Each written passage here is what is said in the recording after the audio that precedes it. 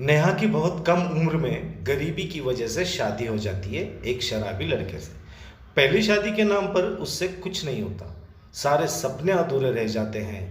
नेहा के पति शादी के दिन रात को शराब पी कर आता है। नेहा थक कर अपने बिस्तर पर सो जाती है। अगली सुबह नेहा का पति उससे अच्छा व्यवहार नहीं करता है। कुछ दिनों तक ऐसा ही चलता है।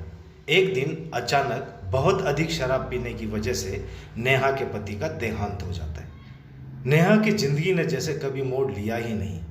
उसके सारे सपने आंखों में ही मर जाते हैं। नेहा की उम्र इतनी कम थी कि ससुराल में उसे रहना नहीं भाया और अपने माता पिता के साथ मायके में रहने लगी। 4 साल बीत गए। नेहा ने जैसे ख्वाब देखना ही छोड़ दिया। तभी अचानक कुमार नाम का लड़का नेहा की जिंदगी में आया। कुमार नया नया नेहा के मोहल्ले में रहने आया और नेहा उसे पहली ही नज़र में भाग गई। कुमार एक बहुत ही समझदार और अच्छा लड़का था। नेहा के पिता से कुमार ने खुलकर शादी की बात की और नेहा के पिता ने तुरंत ही शादी की रजामंदी कर दी। ये जानकर कि नेहा की दूसरी शादी है, नेहा एक विधवा लड़की है, कुमार को इस बात से कोई ऐतराज नहीं था। राजी खुशी शादी की तैयारियां हुई और नेहा की शादी कुमार से हो गई। 9 आंखों से नेहा ने अपने माता पिता से विदा ली। नेहा और कुमार गाड़ी में सवार होकर अपने घर जाने लगे। देर शाम हो गई थी। रास्ता काफी लंबा था। गाड़ी में मध्य मध्य म्यूजिक बज रही थी जो नेहा को काफी अच्छा लग रहा था। नेहा की आंखें फिर से कुमार के साथ सपना देखने लगी। उस रात एक नई जिंदगी की। लेकिन अचानक कुमार की गाड़ी रास्ते में खराब हो जाती है। नेहा का बुरा महसूस होता है। नेहा को छोड़कर कुमार गाड़ी से उतरता है और नेहा से कहता है, तुम गाड़ी में ही रहना। रास्ता सुनसान था। आगे जाकर गाड़ी ठीक करने लगता है। तभी अचानक नेहा जोर से चीखती है। कुमार जाकर पूछता है, क्या बात है नेहा, तुम इतनी जोर से क्यों आवाज लगाई?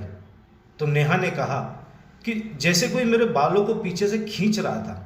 कुमार ने कहा, नहीं, ये तुम्हारा भ्रम होगा, गाड़ी में तुम्हारा बाल फंस गया होगा।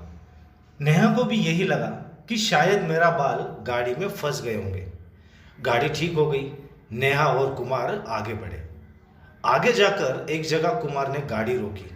वहां एक खूबसूरत सा बंगला था, लेकिन वो बंगला देखने में अजीब लग रहा था। इतना खूबसूरत बंगला और वहां रोशनी की बहुत कमी थी। कुमार ने कहा, यह बंगला मेरा है, कहो कैसा लगा? नेहा ने कहा, बहुत सुंदर है, पर रोशनी की बहुत कमी है। नेहा मुस्कुराई। कुमार ने उसका हाथ पकड़ा और कहा, अब तुम आ गई हो ना, फिर रोशनी भी आ जाएगी। अब नहीं रहा जाता मुझसे जान, नेहा ने कहा। ऐसा मत कहो, हम अंदर चलते हैं। नेहा और कुमार मुस्कुराते हुए अंदर चले गए। अंदर सामानों से भरा हुआ बहुत सुंदर सुंदर खूबसूरत सामानों से भरा हुआ बंगला था, लेकिन अजब सा सन्नाटा था। नेहा को बहुत घबराहट हो रही थी। कुमार ने कहा, मेरे शरीर में बहुत दर्द हो रहा है।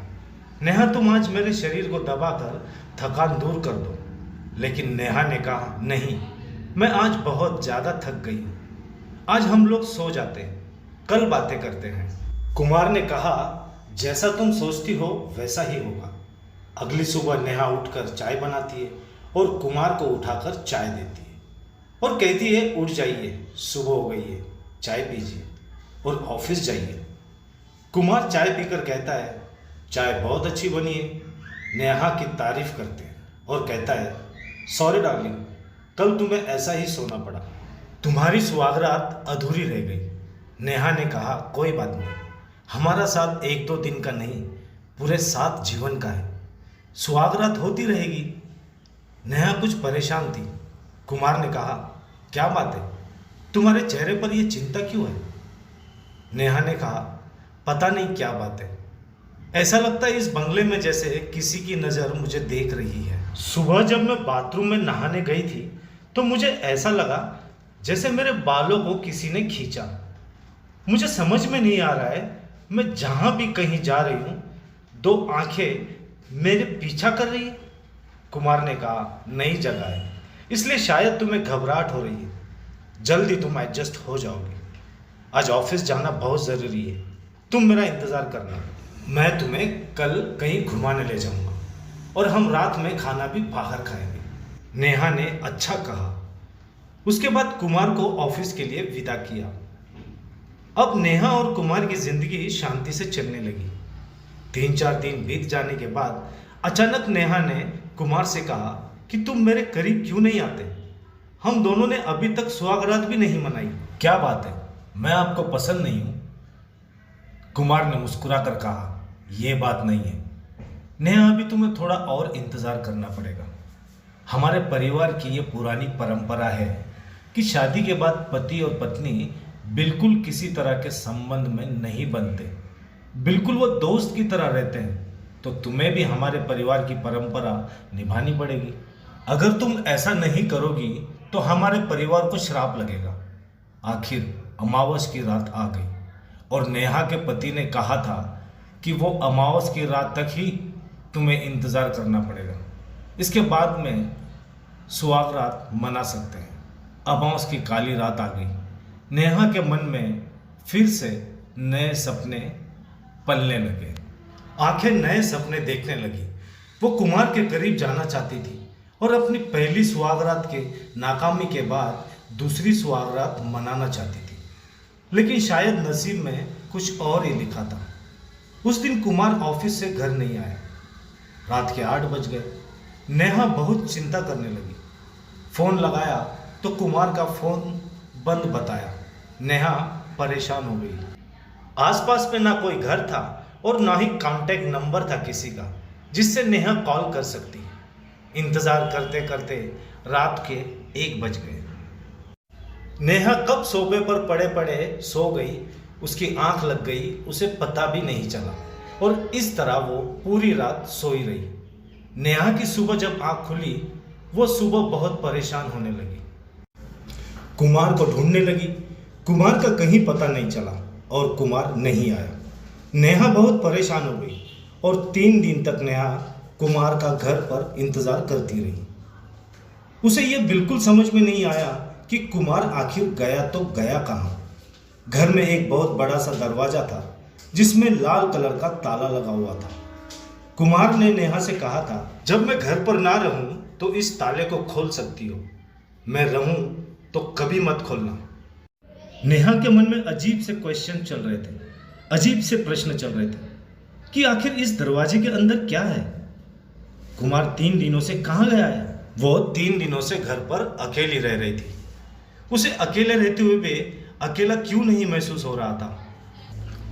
इस तरह के सवालों से वो घिर गई। नेहा का मन आखिरकार ये चाबी जो ताले के बगल में रखी हुई थी, उस चाबी से दरवाजे का ताला खोल दिया। दरवाजे को खोलते ही नेहा के सामने वो दृश्य आया जिसकी वो कल्पना भी नहीं कर सकती थी। कमरे के अंदर कुमार, उसके माता पिता के पूरे परिवार की बड़ी बड़ी तस्वीरें लगी हुई थी और कुमार की वहाँ जो तस्वीर लगी हुई थी उस पर एक बड़ी सी माला चढ़ी हुई थी जिसके नीचे कुमार का जन्म और मृत्यु की तिथि लिखी हुई थी। यह देखकर नेहा अचंभित हो गई कि अगर कुमार मर चुका है और कुमार के मरने की तिथि 4 साल पहले की थी, तो कुमार 4 साल पहले मर चुका है, तो ये कौन है जिसके साथ शादी करके पिछले 8 दिनों से मैं यहाँ रह रही हूँ? इन सब सवालों के साथ शायद अब नेहा को पूरी जिंदगी काटनी पड़ी। नेहा समझ गई थी कि दूसरी सुहागरात भी उसके नसीब में नहीं थी।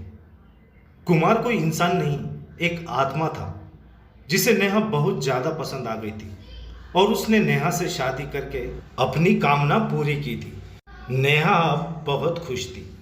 एक कागजात के पेपर भी मिले जिस पर वो पूरा बंगला नेहा के नाम पर किया हुआ था और बहुत पहले ही लिखी हुई थी, इस लड़की से मैं इस डेट पर शादी करूंगा। नेहा समझ चुकी थी कि शायद यह बहुत अच्छी आत्मा थी जिसने उससे शादी करके उसकी गरीबी दूर की। अब नेहा के पास बहुत सारे पैसे और बंगला था।